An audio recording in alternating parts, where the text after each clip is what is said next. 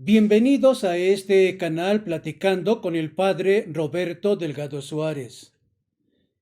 En esta serie de charlas acerca de lo que está pasando en la sinodalidad, cuáles son los aportes, las reflexiones que se van haciendo sobre el celibato sacerdotal. En esta ocasión vamos a comentar sobre el Papa, la enseñanza del Papa Pablo VI, hoy San Pablo VI. Su nombre de pila era Giovanni Battista Enrico Antonio María Montini. Él es el Papa 262 en gobernar a la Iglesia. Su gobierno empieza en 1963 y concluye en 1978. Él concluye en 1965 el Concilio Vaticano II. En este concilio no se habló mucho, casi nada, del tema del celibato sacerdotal. Había muchas voces, muchos cardenales, muchos obispos, muchos presbíteros, varias conferencias episcopales que se pronunciaban a favor de la derogación del celibato sacerdotal. Sin embargo, el Papa Pablo VI decidió que no se hablara de ese tema en el concilio y él escribió una carta titulada Celibatus Sacerdotalis en 1967. Es en esta carta donde ya se pone muy claro el término. ¿Es virginidad, es celibato o es castidad? Y entonces, a partir de aquí desaparece la cuestión de virginidad y de castidad y se queda como celibato. Y así se llama esta carta, Sacerdotalis Celibatus, sobre el celibato sacerdotal. Por ese tiempo, después del concilio, el Papa escribe, el concilio se cierra en 1965 y el Papa escribe 2 años después, en 1967, esta carta encíclica y se hace varias preguntas, pero pues ante esas preguntas vienen motivadas por la situación que está viviendo. Es decir, es mucha la presión de aquellas voces que claman por la abolición del celibato sacerdotal. Y él, desde su pontificado hasta que lo concluyó, pues aproximadamente unos 95,000 sacerdotes abandonaron el ministerio, pidieron su dispensa, se les concedió la dispensa de el del celibato y también del ministerio presbiteral. Sin embargo, una vez casados estos sacerdotes, ya con dispensa, casados por la iglesia, se dieron cuenta de que el sacerdocio o que el matrimonio no quitaba nada al sacerdocio. Pidieron su reincorporación. Sin embargo, pues les fue ya negada. Vamos a escuchar un poquito qué es lo que nos dice esta enseñanza del Papa Pablo VI. Hacía algunas preguntas referente de esta situación eclesial y social en el mundo entero. ¿Debe todavía hoy subsistir la severa y sublimadora obligación para los que pretenden acercarse a las sagradas órdenes mayores? ¿Es hoy conveniente la observancia de semejante ley? ¿No será ya llegado el momento para abolir el vínculo que en la Iglesia une al sacerdocio con el celibato? ¿No podría ser facultativa esta difícil observancia? ¿No saldrá favorecido el ministerio sacerdotal facilitada la aproximación ecuménica? Y si la aura ley del sagrado celibato debe todavía subsistir, ¿con qué razones ha de probarse hoy que es santa y conveniente? ¿Y cómo convertirse de carga en ayuda para la vida sacerdotal? Ciertamente las razones que quiere conocer el Papa con estas preguntas que hace ya son sabidas o son respondidas o han sido ya contestadas en su tiempo. Sin embargo, Las propone todavía como parte de su escrito y además propone algunas objeciones como las siguientes. En el Nuevo Testamento, Jesús mismo no puso el celibato previo en la elección de los 12, como tampoco los apóstoles para los que ponían al frente de las primeras comunidades cristianas. En los padres de la Iglesia y en los escritores eclesiásticos, la vocación al sacerdocio ministerial y la sagrada virginidad encuentran su origen en mentalidades y situaciones históricas muy diversas a las actuales. Muchas veces en los textos patrísticos se recomienda al clero, más que el celibato, la abstinencia en el uso del matrimonio. Las razones en favor de la castidad perfecta de los ministros parecen inspiradas en un excesivo pesimismo sobre la condición humana de la carne, o en una concepción de la pureza necesaria para el contacto con las cosas sagradas, y la no armonía de los argumentos con los ambientes socioculturales actuales. En la naturaleza de la vocación y del celibato, de acuerdo a la disciplina del celibato, se hace coincidir el carisma de la vocación sacerdotal con el carisma de la castidad. De acuerdo a esto, es pertinente alejar del sacerdocio a los que tendrían vocación ministerial sin tener la de la vida célibe. En la escasez del clero, que por la obligación del celibato imposibilita ofrecer el primer anuncio del Evangelio en el caso de los presbíteros misioneros, se afirma en la encíclica que toca a la autoridad de la Iglesia determinar, según los tiempos y los lugares, cuáles deben ser, en concreto, los hombres y cuáles son sus requisitos para que puedan considerarse idóneos para el servicio religioso y pastoral de la Iglesia misma.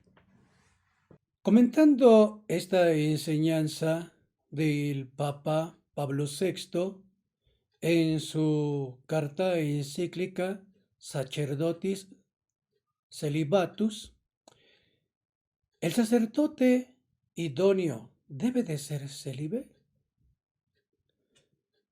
¿Cómo para qué? Nos podríamos preguntar.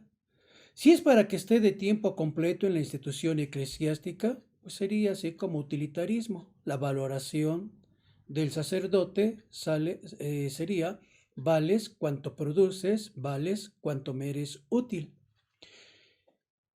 Y si así fuera, entonces valorar a la persona por su productividad o por su utilidad. El punto es que el sacerdote es una persona, el presbiterado es un ministerio y el celibato, dice el Papa, es un carisma. Si la finalidad de la persona es su realización, cabe preguntarse si necesita para su realización de alguna persona de diferente género. A ver, por ley, el celibato, por ley, le es permitido casarse. Pues sí, toda persona tiene derecho a casarse. ¿Es una ley divina? Pues no, es un consejo evangélico. ¿Es una ley positiva? Sí, puesta por la Iglesia. Entonces, si la Iglesia puso la ley del celibato, esta institución es la única que puede modificarlo. Puede permitir que sea libre, opcional, o puede seguir en la postura de permanece el celibato, como lo han hecho los concilios, nos lo enseña el Catecismo de la Iglesia Católica, lo confirma el Código de Derecho Canónico y lo siguen promoviendo los escritos de los pontífices, como hemos escuchado del siglo pasado, Pío XI, Pío XII, Juan XXIII y ahora Pablo VI con esta encíclica. La encíclica afirma que el sacerdote renuncia al amor legítimo de una familia propia por amor a Cristo y de su iglesia. Algunos se han preguntado al respecto. ¿Se renuncia a algo existencial cuando se tiene realmente o cuando solo es ideal o potencial? Es decir, ya tiene el sacerdote, hace su renuncia, pero renuncia a algo que pudiese ser, pues no lo tiene. O sea, no tiene una familia, no tiene una mujer, no tiene unos hijos. O se renuncia a algo que ya se tiene, una mujer, unos hijos. ¿A qué es a lo que se renuncia? Se renuncia a lo que se tiene. Además de esto, se puede percibir que tanto el sacerdote casado trabaja como el sacerdote célibe por el reino de los cielos en la institución eclesiástica. No se trata de renuncia para algunos comentaristas, sino de formas nuevas de amar, una forma nueva de ser sacerdote en el mundo contemporáneo. Hay algunas expresiones que utiliza el Papa Pablo VI como están obligados y sí, ciertamente reafirma lo que los concilios habían dicho. Están obligados a guardar la ley del celibato desde el momento de su consagración. Pero eso debe de ser vamos a decir, una elección libre, no condicionada. Y algunos están cuestionando si realmente hay libertad consciente, libre, voluntaria, para aceptar el, el vivirse en el carisma del celibato. Esos son los puntos de diálogo, de meditación, de reflexión en este tiempo de sinodalidad. De ahí el meollo del asunto, la obligación para ser sacerdote, tienes que ser célibe. Es necesario, este mandato que es eclesiástico, no es divino. Podríamos considerarlo, como lo ha hecho Pablo, con un consejo evangélico. ¿Cuál es el riesgo? Pues el riesgo es que no siempre, aunque esté instituido el celibato por ley en la iglesia, siempre ha sido cumplido, sino que desde que se inició en el Concilio de Elvira hasta la fecha, hasta este tiempo, todos estos siglos, pues ha habido en realidad faltas a esta norma, a esta ley. De ahí este fenómeno sociocultural y antropológico sobre la derogación o abrogación del celibato sacerdotal. Pero ¿cuándo? El Papa pregunta cuándo, si hemos llegado, ha sido este tiempo, o sea, para 1967. ¿Habrá llegado ya el tiempo de quitar la pesada carga del celibato a los sacerdotes? La respuesta de México fue un sí. De otros países ha sido variada. ¿Acaso depende la salvación de la humanidad del celibato del sacerdote? Se cuestionan, se preguntan. ¿De verdad el servicio religioso y pastoral de la iglesia están sujetos al celibato? Pues para algunos puede ser la función del sacerdote en la iglesia es servir a la comunidad eclesial, no ser célibe. Esa es como la función. O sea, como que sería más importante el aspecto de ser célibe o el aspecto de la caridad, es decir, el vivir la esencia del cristianismo, que es un estilo de vida por amor, o el cumplimiento de una norma canónica que es el celibato. O sea, como que la valoración empieza así como en cuestión, ¿no? Y eso es lo que se preguntan en los sínodos. Bueno, hablemos de estas cosas que ya han hablado, se ha hablado muchas veces. El tiempo del Papa Pablo VI, pues era bastante complicado porque la presión, las voces eran muchísimas, era muy fuerte. Y había que contenerlos, que no se trate en el concilio, que se trate en una carta. Y el Papa hace este compromiso de hacerlo en la carta. En algún momento se preguntan, bueno, pero es que Jesucristo fue célibe toda su vida.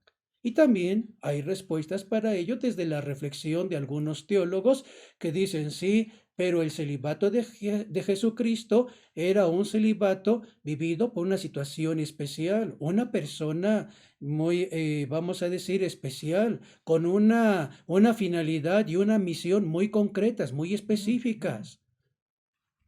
Esto es lo que se nos responde de la parte de la reflexión teológica. Luego, pues ya el concilio de Trento, en el siglo XVI, había puesto esta norma, la había reafirmado, la había confirmado. Sin embargo, también había sancionado estas propuestas que se han estado haciendo durante todos estos siglos. Y las propuestas es, pues la sanción es, pues es que si ya te fuiste, ya te eres ordenado sacerdote y fuiste ordenado célibe, pues así debes de permanecer. No debes de estar pensando que una vez ordenado podría existir la posibilidad de que dejes el celibato y puedas casarte. Esto el concilio lo sanciona y entonces da una frase muy popular que es anatema sit, sea anatema. Espero tus comentarios. Estos sínodos están de alguna manera retomando temas que ya han sido tratados a lo largo de los siglos y hoy, en este tiempo, en este siglo XXI, vuelve a actualizarse. Esto llama la atención por ser una continua eh, llamada de atención, un atraer la atención hacia las autoridades eclesiásticas. Este es el punto en los sínodos, la sinodalidad, los puntos de discusión. Solamente uno les decía en algún momento que es el celibato sacerdotal. Espero tus comentarios. Si te ha gustado este video, te invito a que des like. Hasta pronto.